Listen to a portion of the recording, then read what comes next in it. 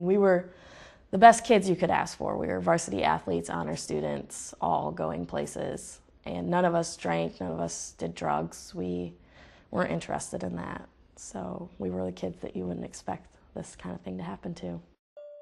4 of my friends and I, we were driving around, just driving through neighborhoods. We started to head back to my house, and on the way home, one of the boys decided to throw a water bottle out the window, which is something the boys did a lot. They like to throw things at cars. Next thing we know, there's the car speeding at us. We turned down a country road and the car followed, and he was getting closer and closer. By this time, the car was less than a car length behind us, the headlights illuminating the entire car. I made sure I had my seatbelt on. I said to my friend, Charlie, put your seatbelt on, because I just knew this wasn't going to end well. The car was getting closer and closer, and we were going faster and faster. I started praying, to God to please let me survive. I'm not ready to die. I'm too young. I'm only 17.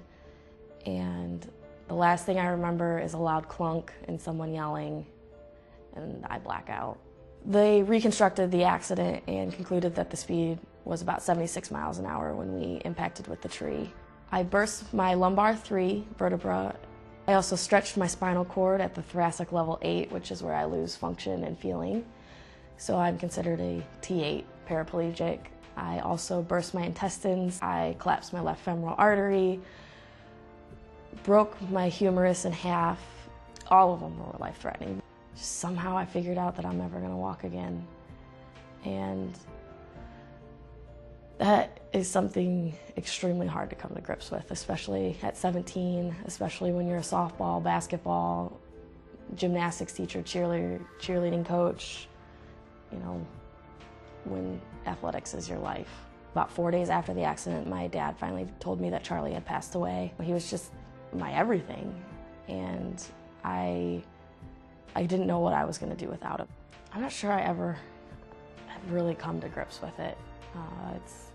It's still something that'll sneak up on me even today. But like I said, since the day I found out that he passed away, that I knew I had to do something important for him.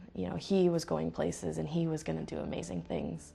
So I have to do it for him. He didn't get that chance.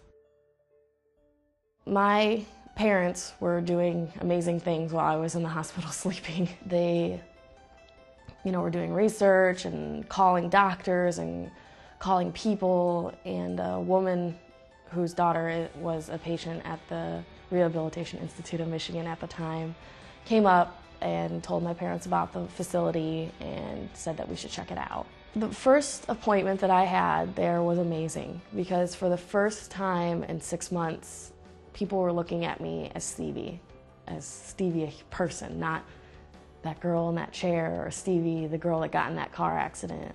It was just a breath of fresh air. I felt like a person again.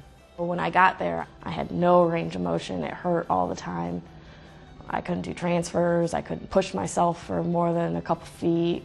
So they had their work cut out with me. I had actually, in the beginning, set goals to get some leg braces and walk at my graduation.